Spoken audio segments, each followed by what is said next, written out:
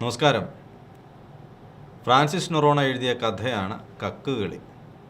ഈ കഥയുടെ ഒരു സ്വതന്ത്ര നാടകാവിഷ്കാരം ഇടതുപക്ഷ സംഘടനകൾ ഗുരുവായൂരിൽ അവതരിപ്പിച്ചു. അത് വളരെ വിവാദപരമായി, അവഹേളനപരമായി അവതരിപ്പിച്ചത് വഴി കേരളത്തിൽ എല്ലാവരുടെയും പ്രതിഷേധത്തിന് ഇടയായിക്കൊണ്ടിരിക്കുന്നു.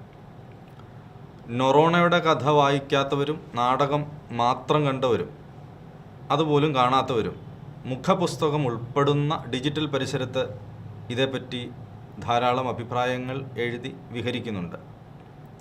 എന്താണ് കക്കുകളിയുടെ യഥാർത്ഥ പ്രമേയം? സവർണ കമ്മ്യൂണിസ്റ്റ് ആധിപത്യത്തിൻ്റെ ഇരകളായി ദാരിദ്ര്യത്തിലും അടിമത്തത്തിലും ജീവിതം ആരംഭിക്കുകയും ഒടുക്കുകയും ചെയ്യുന്ന അടിയാള ജനതയുടെ കഥയാണിത്. വരേണ്യ കമ്മ്യൂണിസം തീർത്ത ദാരിദ്ര്യത്തിൻ്റെ തടവറയിൽ നിന്ന് പുറത്തു കടക്കാനാവാത്ത ഇരയാണ് നതാലിയ.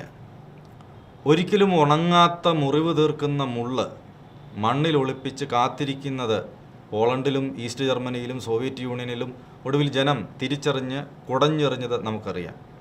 ഇവിടെ നതാലിയ മാത്രമല്ല കഥയിൽ, അവളുടെ അമ്മയുണ്ട്. ഒരുപക്ഷെ കഥയുടെ യഥാർത്ഥ സ്വത്വം തിരിച്ചറിയാൻ അവളുടെ അമ്മയിലൂടെ കഥ വായിക്കണം. കമ്മ്യൂണിസത്തിൻ്റെ കക്കുകളിൽ ദരിദ്രനായി തുടരുന്ന ജാതി വർണ്ണ വിവേചനത്താൽ കറുത്ത സഖാവെന്ന് വിളിക്കപ്പെട്ട നതാലിയയുടെ അപ്പൻ്റെയും അയാളുടെ സഹോദരി ചൂച്ചിയുടെയും വീടാണ് കക്കുകളിയുടെ പരിസരം. മുളവച്ച് കെട്ടിയ ലോറിയിൽ അപ്പൻ കൂട്ടുകാരുമായി കൊടി പിടിക്കാൻ പോയ തക്കം നോക്കിയാണ് ചൂച്ചി വീട് വിട്ടിറങ്ങിപ്പോയത്. കമ്മ്യൂണിസത്തിന് അടിമകളെ എക്കാലത്തും കാത്തു സൂക്ഷിക്കാൻ അറിയാം. അവർ കൊടി പിടിക്കുകയും കത്തിയും കഠാരയുമായി കൊലവിളി നടത്തുകയും ഒക്കെ ചെയ്യും. മാധ്യമ സ്ഥാപനങ്ങൾ ആക്രമിക്കും. പിന്നീട് മാധ്യമ സ്വാതന്ത്ര്യത്തിനായി നടുറോഡിൽ മനുഷ്യച്ചങ്ങല തീർക്കും. കാരണം കക്കുകളി ഒരിക്കലും ഒടുങ്ങുന്നില്ല, തീരുന്നുമില്ല. ഇത്തരമൊരു കമ്മ്യൂണിസ്റ്റ് ഗെറ്റോയിൽ നിന്നുള്ള ഒളിച്ചോട്ടം മാത്രമായിരുന്നു നതാലിയയ്ക്ക് മഠം. അവൾ സന്യാസം തിരഞ്ഞെടുത്തതല്ല. ഓടി ഒളിക്കാനുള്ള ഇടമാണ് കഥയിൽ നതാലിയയ്ക്ക് മഠം. അത്തരമൊരു രക്ഷപ്പെടലിന് അവളെ പ്രേരിപ്പിച്ചത് അവളുടെ അമ്മയാണ്. അവരാണ് ദുരന്തങ്ങളുടെയും അടിമത്ത ജീവിതത്തിൻ്റെ നാൾവഴികൾ മനസ്സിലാക്കിയത്. സന്യാസം ഒളിയിടം മാത്രമായി കരുതിയ നതാലിയ സന്യാസിനി ആയിരുന്നില്ല ഒരിക്കലും.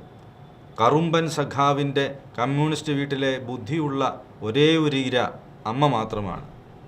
ദാരിദ്ര്യമകറ്റാൻ വേണ്ടതൊന്നും ചെയ്യാതെ അവരെ ചുറ്റി നിന്ന ചുവപ്പിൻ്റെ വെളിവില്ലായ്മയെ തിരിച്ചറിഞ്ഞത് അമ്മ മാത്രം.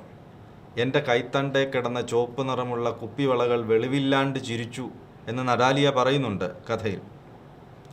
മഠത്തിൽ നിന്ന് സൗജന്യമായി കിട്ടിയ പാൽപ്പൊടി ചന്തക്കടവിലെ പിള്ളേച്ചൻ്റെ കടയിൽ തൂക്കി വിറ്റേച്ച് കിട്ടുന്ന പൈസയ്ക്ക് അരിയും മുളകും അമ്മ വാങ്ങിയിരുന്നു. കറുമ്പൻ സഖാവിന് അവിടെയും ഒന്നും ചെയ്യാനില്ലായിരുന്നു. ഈ മുള്ളു തറഞ്ഞിടത്തൊരിടത്തും അടിസ്ഥാന സൗകര്യം നൽകാൻ പോലും വലിയ പറമ്പും അധികാരവുമുള്ള സഖാവ് വാസുപിള്ളയുടെയും അയാളുടെ കൂട്ടർക്കും കഴിഞ്ഞിട്ടില്ല. പാൽപ്പൊടി കിട്ടാൻ ഭാരതിയുടെ ഇളയ കൊച്ചിനെയും എടുത്താണ് എൽസി ചിറ്റ മഠത്തിൽ പോണത്. സിസ്റ്റർമാർ പേര് ചോദിച്ചാൽ മേരി എന്ന് പറയാൻ കൊച്ചിനെ പഠിപ്പിച്ചിട്ടുണ്ട്. കിട്ടുന്നതിൻ്റെ പാതി ഭാരതിക്ക്. കഥയിൽ പറയുന്നതാണിതൊക്കെ. മുഴുപട്ടിണി മാറ്റാൻ മഠത്തിൽ നിന്ന് സൗജന്യമായി നൽകിയ പാൽപ്പൊടി മാത്രമാണ് അവരുടെ ഏക ആശ്രയം. വാസുപിള്ള സഖാവിൻ്റെ പടം വരച്ച തുണിപ്പെട്ടിയുടെ നടുക്ക് റാന്തൽ വെച്ച് നതാലിയയുടെ അപ്പൻ കറുമ്പൻ സഖാവ് രാത്രി മുഴുവൻ നാട്ടുവഴിയിലൂടെ തലച്ചുമടും നടക്കും.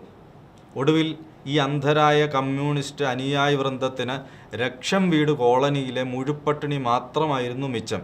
കഥ തുടങ്ങുമ്പോഴും തീരുമ്പോഴും. ഉറച്ച മനസ്സുണ്ടെങ്കിലേ മഠത്തിലേക്ക് വരാവൂ, നതാലിയെ കാണാൻ വന്ന ഒരു സിസ്റ്റർ ഓർമ്മപ്പെടുത്തുന്നുണ്ട്. പോകാൻ നതാലിയയ്ക്ക് മനസ്സില്ല. അവളെ മഠത്തിലെടുക്കുമെന്ന് അവളും കരുതിയിരുന്നില്ല. ചേരാത്ത ചെരുപ്പിടാൻ ശ്രമിക്കുന്നത് പോലെയാണ് നതാലിയയ്ക്കത്. കഥയിൽ പറയുന്നു, കട്ടിളപ്പടിയിൽ ചാരി വെച്ച പുത്തൻ ചെരുപ്പുകളുടെ റാസ ഞാൻ ഒന്നിൻ്റെ ഉള്ളിലേക്ക് വലതുകാൽ കടത്തി. കറുത്തിരുണ്ട് കാലിനറ്റത്തെ ഇമ്മണി വെളുത്ത ഉപ്പൂറ്റി ചെരുപ്പിനോട് പിണങ്ങി പുറത്തേക്ക് തള്ളി. ഇതിലും മികച്ചൊരു വാചകം നതാലിയയുടെ ജീവിതം വിവരിക്കാൻ കഴിയില്ല കഥയിൽ നിന്നെടുത്ത്. പക്ഷേ ദുരന്തങ്ങളുടെ ആകത്തുകയായ അവിടുത്തെ ആവാസം വിട്ട് ഓടണമെന്ന് ഉള്ളിൽ തോന്നലുണ്ട് താനും. പക്ഷേ വേരുറച്ച പോലെ അടിമത്തം അതിനനുവദിക്കുന്നില്ല. എങ്കിലും അവൾ പൊരിമണലിൽ വരവരഞ്ഞിട്ട് വീട്ടിൽ നിന്ന് സിസ്റ്ററിനോടൊപ്പം ഓടുന്നു. ഓട്ടത്തിനിടയിൽ തെങ്ങിൻ മണ്ടയിൽ നിന്ന് വീഴുന്ന നോട്ടം അവളെ തളച്ചു നിർത്തി. ഓലത്തലപ്പിൽ കാത്തിരിക്കുന്ന കാക്കകൾ അപ്പോൾ തീറ്റ തേടി താഴേക്ക് പറന്നു. ഇതേ ഓട്ടമാണ് മഠത്തിലേക്കും അവിടെ നിന്ന് പാതി വഴിയിൽ പുറത്തേക്കും നഡാലിയ ഓടുന്നത്. അടിയാള ജീവിതത്തിൻ്റെ അവസാനിക്കാത്ത അടിമബോധത്താൽ കമ്മ്യൂണിസത്തിൻ്റെ അടുക്കളപ്പുറത്ത് വെന്തുനീറി ഒടുങ്ങിയവരുടെ തലമുറയിലെ അവസാനത്തെ കണ്ണിയാണോ നഡാലിയ? അല്ല എന്നാണ് കഥയ്ക്ക് വ്യാജനാടക ഭാഷ്യം ചമച്ചവരുടെ ലക്ഷ്യം നമുക്ക് വ്യക്തമാക്കി തരുന്നത്. അധ്വാനിക്കുന്ന അരണ്ടരൂപികളായ സ്ത്രീകളെ നൊറോണയുടെ കക്കുകളിയിൽ കാണാം. നാടകത്തിൽ അത് കാണില്ല. കക്കുകളി നാടകമാക്കിയവർ അവരെ കണ്ടില്ല. കാരണം മനുഷ്യരെ ചിരകാലം അരണ്ടരൂപികളായി നിലനിർത്തുന്ന കമ്മ്യൂണിസ്റ്റ് അന്ധതയാണ് നാടകമായി മാറിയത്. പച്ചമീൻ തിന്നു വയറു നിറഞ്ഞ നരച്ച കാക്കകൾ പച്ചോലയുടെ മറവിൽ അവളെ നോക്കിയിരുന്നവ തന്നെയാണ്. അവിടെ താമസിച്ചാൽ ഒരു കയറിൽ ഒടുങ്ങേണ്ട ജീവനാണ് താനെന്ന തോന്നലാവാം കൂടെ നിന്ന സിസ്റ്ററിനോടൊപ്പം പൊരിമണലിൽ ഓടിത്തുടങ്ങാൻ നഡാലിയയെ പ്രേരിപ്പിച്ചത്. നഡാലിയ കക്കുകളിയുടെ പാതിയിൽ നിൽക്കുമ്പോഴാണ് അമ്മ വിളിച്ചത്. ഒരു താളം കൂടി കളിച്ചോട്ടെ മദറെ എന്നവൾ ചോദിച്ചു. നീ കളം വരയ്ക്ക്, ഈ കളി എനിക്കറിയില്ല, എന്നാലും ഞാനും കൂടാ. കൊച്ചു സിസ്റ്റർ പറഞ്ഞത് കേട്ട് അവൾ കളി തുടങ്ങി. കണ്ണടച്ചുകൊണ്ട് വേണം ഒറ്റക്കാലെ കുത്താൻ. വരയെല്ലാം മുള്ളും കളം ഇലയുമാണ്. ഇല ചവിട്ടാം, പക്ഷേ മുള്ളെ ചവിട്ടിയ ചാവും. കളിയിൽ അവൾ ചവിട്ടുന്നത് മുള്ളിലാണ്. അവിടെ കാത്തിരുന്ന മരണത്തിൻ്റെ മുള്ളു പേടിച്ച് ഇലയിലേക്ക് അവൾ നടന്നത് താൽക്കാലികമായിരുന്നു. കാരണം കക്കുകളിയിലെ പറച്ചിൽ പോലെ ചൂണ്ടക്കുളത്തിൽ കുരുങ്ങിയാൽ പിന്നെ രക്ഷയില്ല. കമ്മ്യൂണിസത്തിൻ്റെ ചൂണ്ടക്കുരുക്കിൽ പിടയാനുള്ളവർ താൽക്കാലിക മഠവാസം വിട്ട് പാതി നിർത്തിയ കക്കുകളിയിലേക്ക് തന്നെ മടങ്ങും. അതാണ് നഡാലിയയുടെ വിധി. മുള്ളു നിറഞ്ഞ കക്കുകളത്തിലെ കെണി അത്രയും ഒരുക്കുന്നത് അവളാണെന്ന തോന്നലിൽ കഴിയുന്ന ശരാശരി അടിമയുടെ ജീവിതമാണ് നഡാലിയയിൽ കമ്മ്യൂണിസം വരുത്തിവെച്ചത്. കാവിനുള്ളിലേക്ക് കൊണ്ടുപോകുന്ന കൂട്ടുകാരിയെപ്പോലെ കൊച്ചു സിസ്റ്റർ അവളെ മഠത്തിനുള്ളിലേക്ക് വിളിച്ചതാണ്. പക്ഷേ അവളെ, കറുമ്പൻ സഖാവിൻ്റെ മകളെ, നരച്ച കാക്കകളുടെ പ്രത്യയശാസ്ത്രം വിഴുങ്ങിക്കളഞ്ഞു എന്ന് വേണം കഥയിൽ നിന്ന് വായിച്ചറിയാൻ. കെണിയൊരുക്കി ഇവരെ വീഴിക്കുന്നതാരാണ്? മരിച്ചവൻ്റെ ആത്മാവിനെയെങ്കിലും രക്ഷിക്കാൻ അമ്മ ശ്രമിക്കുന്നുണ്ട്. അപ്പൻ്റെ തണുത്ത കൈയിൽ അമ്മ ചുറ്റിക്കൊടുത്ത കൊന്ത കൊടിത്തുണിയുടെ അടിയിൽ വീർപ്പ് മുട്ടുന്നത് കാണുന്നു. അമ്മയിലൂടെ കഥ വായിക്കണം എന്ന് പറഞ്ഞതിനൊരു കാരണം ഇതാണ്. അവർ മാത്രമാണ് അടിമജീവിതത്തെ അധ്വാനം കൊണ്ട് പ്രതിരോധിക്കുന്നത്. പാർട്ടി ആഫീസിൻ്റെ വരാന്തയിൽ വീണു മരിച്ച ചൂച്ചിയുടെ വിധി പരിഹാസത്തിൻ്റെ ചിരി സൃഷ്ടിക്കുകയും വരാന്തയിൽ ജഡം വീഴ്ത്തുകയും ചെയ്യുന്നതാണ് കഥയിലും ജീവിതത്തിലും. ഇപ്പോൾ നാടകം എന്ന പേരിൽ പരിഹാസ പെരുമഴ തീർക്കുകയും ചെയ്യുന്നവർക്ക് ശീലം അതാണല്ലോ.